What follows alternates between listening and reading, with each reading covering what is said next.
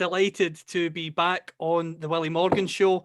Obviously, you're all used to me being joined by Manchester United icon Willie Morgan, but we have a very special guest today. We have Patrick Barclay, who's written this incredible book on Sir Matt Busby, and it's called The Man Who Made a Football Club. It's an excellent book, and Willie believes he's a few stories that Patrick may not have heard about Sir Matt, so we're sure. No, I know.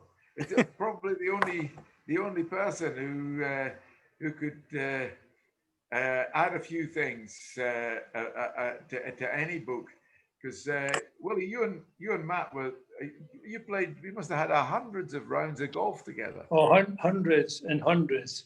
And you know, the sad thing, he developed the yips. You know what the yips are, Patrick? Yes.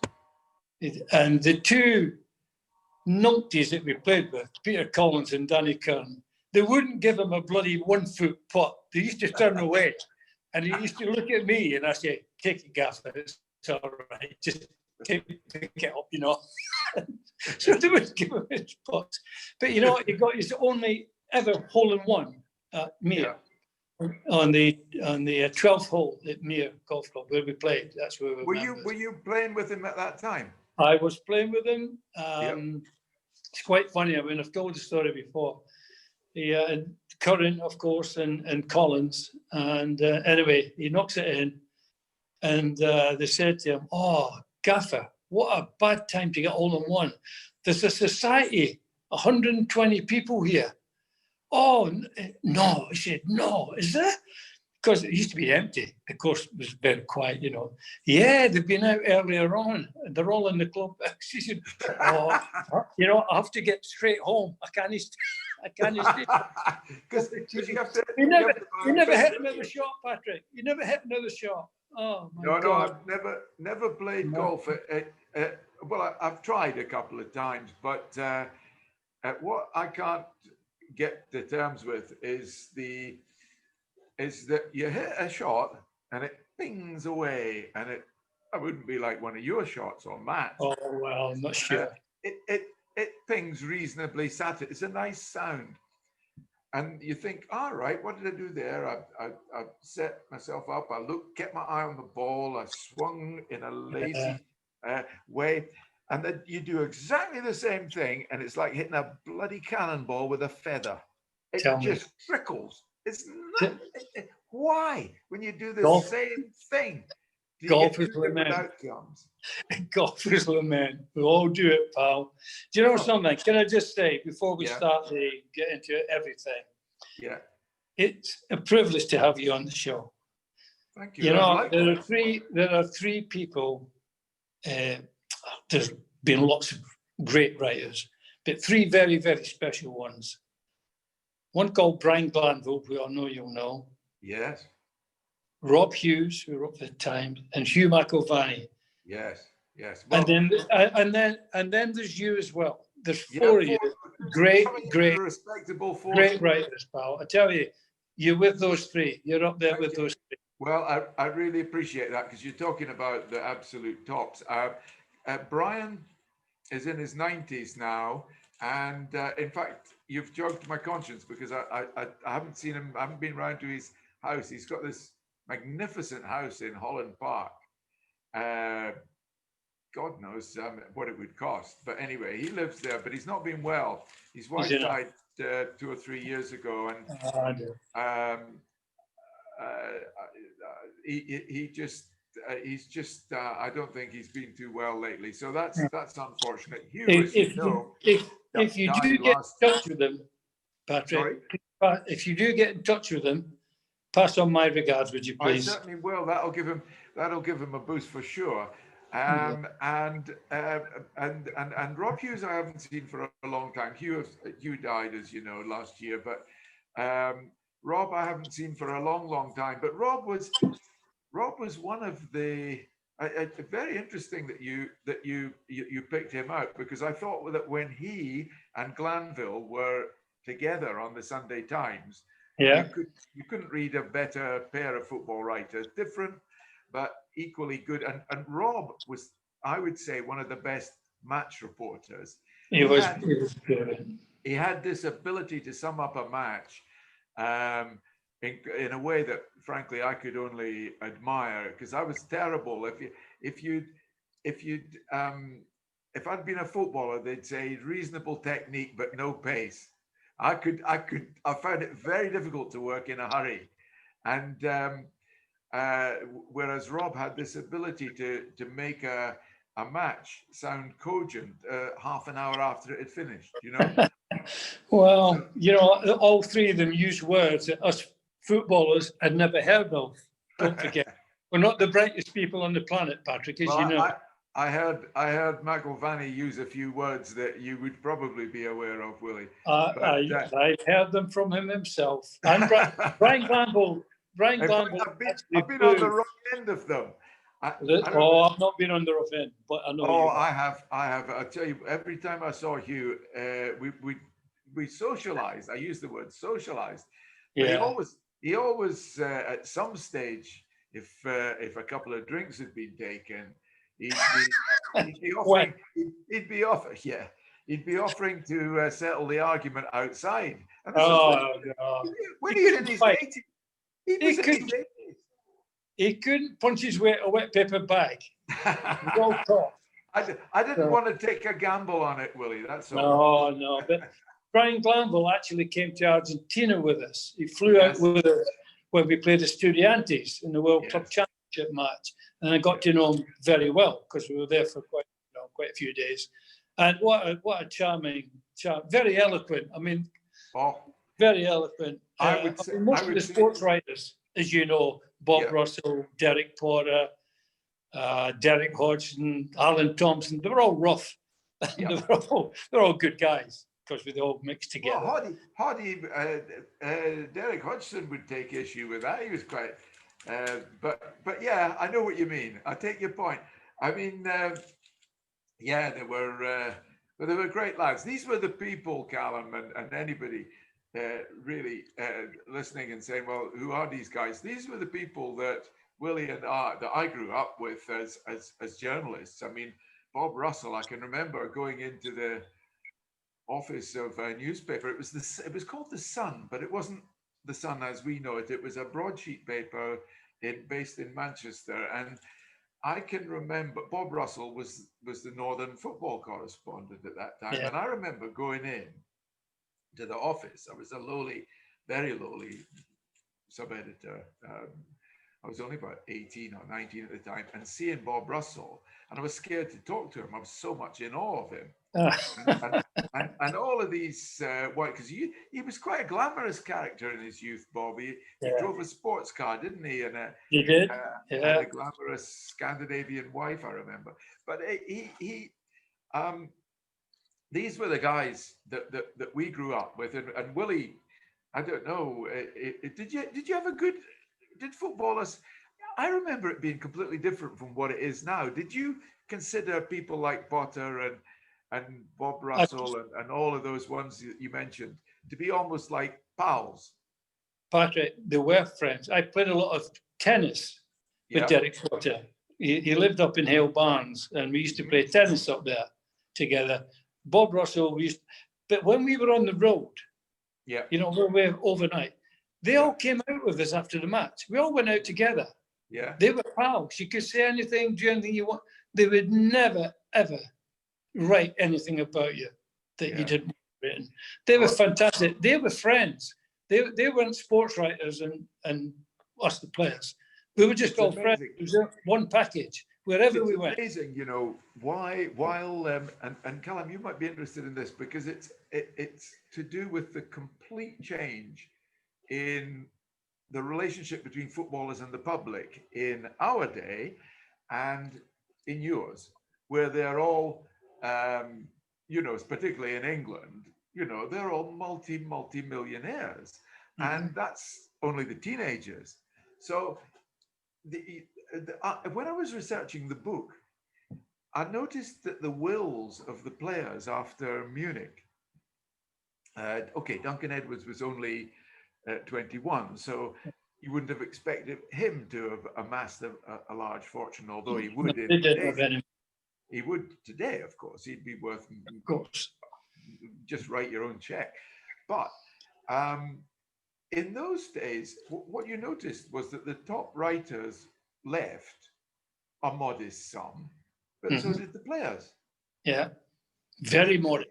They were of the same, they lived in the same world. Whereas now, if I met a footballer, I couldn't say to him, oh, I bought a nice sofa for 200 quid out of IKEA, because he wouldn't know what IKEA was, and he wouldn't even know what 200 quid was. He'd probably think a tip. Patrick, if you meet a footballer, can you let Manchester United know? Because we'll sign him. Because we don't have any. Oh dear. I despair. Grave misuse of the word. Yes. Can you understand Paul Pogba? Can you understand what he's doing? Can I understand? Hey, listen, you've obviously not watched the show. His feet wouldn't have touched the ground the very first day. He would have been out of the club over a year ago. In fact, he would never have been at the club if Matt still had been manager. I cannot. Absolutely. He's average, and I'm being kind. He's average. And apart from that, between him and his agent, I'm never going to play for Man. Get rid of him overnight. You know something? A chip in. Get rid of Pogba, get rid of that agent, and tell them not to come back, particularly the agent. The agent is a disgrace. But they're guided by their agents. I know they are. But you know something? He's average at best anyway. Yep. It's not like you're going to miss him. I've been through the. Well, I'm sorry if I'm going over. I'm sorry if I'm going over old ground, but that you and Callum have talked about it on the show. But he doesn't seem to be able to see that he can play a great pass, but he doesn't seem to be taking part in the game with the other players. Do you know what he is? Let me tell you. If you're 5-0 up, he'd be great. Yeah. If you're 0-0, you'll never find him. That's what he does. He's a Tanner ball player. Yeah. But this Bruno's a bit more like it. You wouldn't want to be in the trenches. You wouldn't want to be in the trenches with him, I tell you. Anyway, he's only one. He's only one of many. What about Fred? What can he do? Well, I don't. He must have a great agent. Well, just a minute. Wait a minute. What about Matic? As I said last week, I've got a tree in my garden that's quicker than him. He's terrible. He's terrible. Why do you think Mourinho gave us them? They're not on their own. We have no defence. No. We've none. We've no defence. As I said last week, and Callum will tell you, I call him De Gea. I get told off. Kay tells me off because it's De Gea, I know. But De Gea, I feel sorry for him. What chances you got? You could take a double-decker bus through our defence. Mm-hmm. It's killing the keeper. Yeah, he's a good keeper, and it's killing him. Don't blame the keeper. We're awful. I don't know. Well, but we've been over this. We keep going over it, and I just don't know what the answer is. He's got to get rid. He's got to get rid of a load. You know, as I said last week, the people that got on the job because they were rubbish are still there. Yeah. And they're going to cost him his job. Why hasn't he sold them? Yeah. Now, the question last week, and we discussed, Woodward, I don't know whether he buys and sells. I don't know whether the manager buys and sells. I don't know. I don't know what the situation is. But whoever does, he's got to get rid of the rubbish. And there's a lot of it. Oh, there's a hell of a lot. I mean, trying to repair that. I mean, I must say, I think Solskjaer is doing a good job. I think he's holding it together, sort of. You know, it'll be 5 years. It's a 5-year project. Yes, I'm afraid it is. That's how far Manchester United have gone back. I mean, this is a great, you know, it's an axiomatic to say it's a great club. Of course it is. It's a great Every club. child in the world knows that. But what people I don't think have quite woken up to, people say, oh, he needs to spend 200 million. Oh, I'm sorry, that's not going to go anywhere near it. You buy Sancho, and he'll be swallowed up in this team. He's not. He's no different from what we've got, though. He's no. And No different. It needs root and branch. I think Bruno Fernandes is a good player. Yeah, he's all right. You know, he's got a chance. But Rashford, good player. Yeah. But he's no support. He has no support whatsoever. We need a striker. Yeah. I mean, as good as Rashford is, he's not an out-and-out striker. No. We need a Harry Kane or Aguero, somebody like that. That's what we need. We need a goal scorer. What would you give for Harry Kane and Son? I mean, What those two are magnificent. Yeah. Well, they are. I'd have broke the bank and gone and Messi is I love Lionel Messi. He's the greatest player on the planet now. And I wish we could have got him. Yeah, but he is getting fed up with. He's fed up already.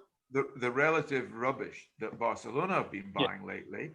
So you're putting that up a scale as to what he would find at Man United, but you never know, it might appeal to him. I think the openness of the English game, which has been exaggerated, obviously, with the 7-2s and all that we've been getting recently. I think the openness of the English game would be very refreshing. I think he would enjoy it. But tell me something, Mr. Barclay. Yeah. Who do you think will win the league this year? Well, I did think Liverpool until Van Dijk got done on Saturday. I think I can't make up my mind. Who do you think? Well, I think Arsenal. I think Arsenal will go a long way. But anyway, who do you think? At the start of the season, I said I would lay Liverpool all day long because I don't think they'll win anything. I think they had every bit of luck, every VAR decision last year, everything went their way, everything. And it only lasts for one season. So I thought that Pep would have brought Man City back, but they're looking very average as well at the moment. You know, I think anyone, as it's been proved, anyone can beat anyone. Yeah. There's no bastions now. Anyone can beat anyone. You know, the best performance I've seen this season by a mile was by Aston Villa. Aston Villa, unbelievable, wasn't it? Oh, I mean, Spurs weren't too far behind either when they came here. Yeah, but it's anyone can beat anyone. Yeah. You know, there's no outstanding team anymore. They're just all very much of the sameness for me. I think the league's wide open. Which is a good thing in some ways. I mean, if say we get to Christmas and there's say 8 points separating the top 8 clubs, that would be good, wouldn't it? It'd be a nice it'd be fantastic. No, it'd be fantastic. And I think that will be the case because I said everyone's capable of beating everyone else. There's no one dominant team this year for whatever reason. Have you been enjoying watching, to go back to the Villa theme, have you been enjoying watching Jack Grealish this season? I think he's been wonderful. Yeah, he's you know, with all the controversy about, you know, I mean, he's been silly with the COVID and all that, but he's a good player. Yeah. I mean, it's good for Villa that he didn't get sold and he's there and they're doing all right.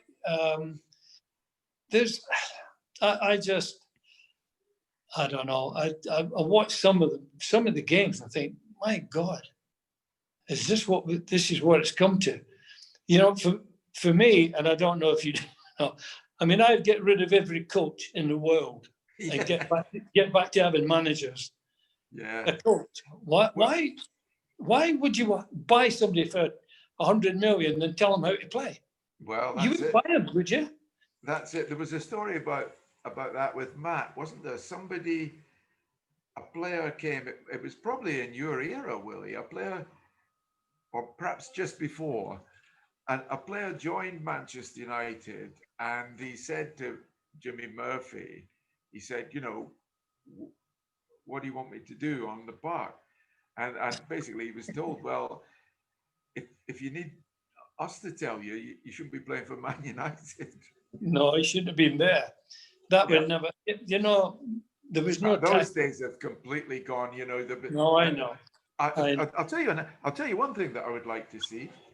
I would like to see the coaches, like with rugby, put the coaches up in the stand and have no contact during the game between the coaches and the players. Make them think it through. Because when you were playing, or when Matt's teams were playing, Matt, he might have. I never saw Bob Paisley coaching from the touchline. Well, he didn't. That's why there was no coaching. He expected Graham Souness to run the team and Kenny Dalglish. Patrick, they didn't have to run the team. Everyone just did the job. Yeah. You know, you played in a position. You were a specialist. That's what you did. And that's all you had to do. You didn't have to. I didn't have to go back and defend for Tony Dunn. He didn't have to come up and cross the ball for me. You did the same thing. Left back, right back. But can I tell you something really funny? I can't remember what game it was. It was at the weekend, and somebody's winning by 1 goal with 2 minutes to go, and they decide to send on a sub. I wish I could remember what game it is. And it wasn't the manager, but it was one of the coaches, and the guy's trying to get on for the last 2 minutes. And the coach is showing him a piece of paper with tactics. Tell me something? What did they write down, though? What did they sit and write when they sat there? What is it? Tell me what they write. Who's interested in keeping your shape for 2 minutes when you're 1-0 down? Oh, Patrick. No, for me, they've ruined the game as we knew it. I mean, the game is just about talent. The word. Technically, that was a great throw-in. Excuse me? Technically, that's technical drawing. There's nothing to do with football. Technically, that was a good corner kick. You mean, I hate the word technical, and they use that's what coaches brought into the game. That's what they use. Technically, he's very good. Okay, what's he very good at? Tell me. It's just about talent. You can either play or you can't play. He can do architectural drawings. No, Callum, when you listen to the Morgan and Barclay, do you think we're like dinosaurs? I'll be honest with you, and I don't, in the sense that there are elements that when Willie talks about coaching where lots of people listening, younger generation might disagree, but I think the points that you're making about talent and managers being able to buy a player to come in and play the way he has been is something that I think is important, because you see it so often that a club like Manchester United or Man City will buy a player and we hear the cliched phrase, but remember, it will take him time to fit into this system. And you think, but surely, as you guys have said, if you've paid 70 million for someone, they're coming in to play straight away. Well, exactly. That's what's gone. That's what's they didn't sign Willie Morgan from Burnley. Matt didn't sign Willie Morgan from Burnley and try to tell him to tuck in or do this or do that. You know, they just wanted him to do what he did for Burnley. You know something, Patrick? As I said before, there was no tactics back in my day. None. Matt's team talk, he'd come in before a match, literally. You wouldn't see him up until then. He'd pop in and say, "Oh, you're playing Tottenham today. Oh, they've got a couple of good players. What's that Alan Kilsean?" He didn't know his real name, Kilsean. He said, he's pretty good here. Just give him a whack. Oh, you'll beat them. You're better than them. And then he'd leave. Then you never saw him till full time. Yeah. There was no tactics. There was no. You just had to do your job. Yeah. All you had to do was do your job. Yeah. Nothing else. Yeah. And then it was a different world about all the managers. I mean, Bill Shankly, Bill Nicholson, Stan Cullis, the great managers. There were no tactics. They were just managers. And when they bought a player to go into a position, for a position. They didn't buy a right winger and wanted to play a left half. But did you not think that there's a sort of wind of change blowing through the game towards the end of Matt's time, when you got people like Don Revie who did think tactically as a player? I mean, he would play as a, like Ian St. John or something, as a deep line centre, almost a creative centre forward. Yeah, yeah. I never saw Reevy, I saw Ian St. John. And I mean, they were probably what you would call a false nine now, in that they came off the front and created like the way Harry Kane's playing, Yeah. His passing's as good as his goal scoring now. And so and Reevy did become a bit more tactical. I mean, correct me if I'm wrong, but not only Reevy, but you had I'm trying to think of who the other ones were. But there were other coaches that came through, and I wonder if Matt recognized that the game was becoming more organized, if you like, and that's the reason he appointed Wilf McGuinness, who, after all, although his career had been ended by injury, at the age of 28, he was such a highly rated coach that Alf Ramsey had him on the bench, didn't he? As one of his assistants when England won the World Cup, Wilf. So he's probably rated as one of the best young coaches. Yeah, but wait a minute. In fairness, Patrick, in fairness, England had 13 men, or 14.